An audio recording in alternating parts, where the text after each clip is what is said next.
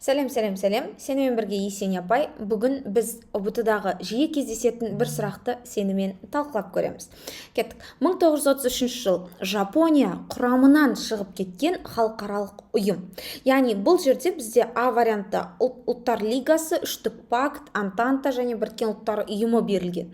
Бұл жерде дұрыс жауап әрине А жауабы болады. 1933 десе, әрине бірінші дүниежүзілік соғыстардан кейінгі оқиғаларды айтамыз.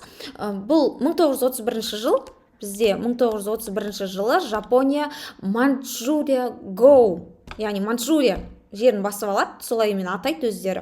Сөйтіп ұлттар лигасы бұл әрекетті айыптап 1933 жылы Жапонияны өздерінің ұйымының құрамынан шығарып жібереді.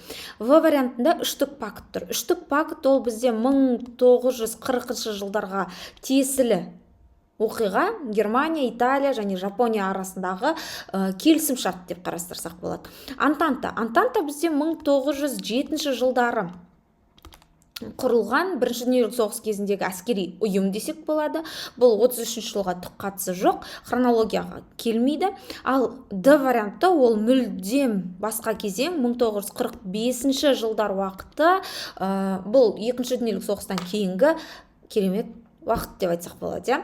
Жақсы, саған пайдалы әрі қызықты болса, маған тіркелуді ұмытпа.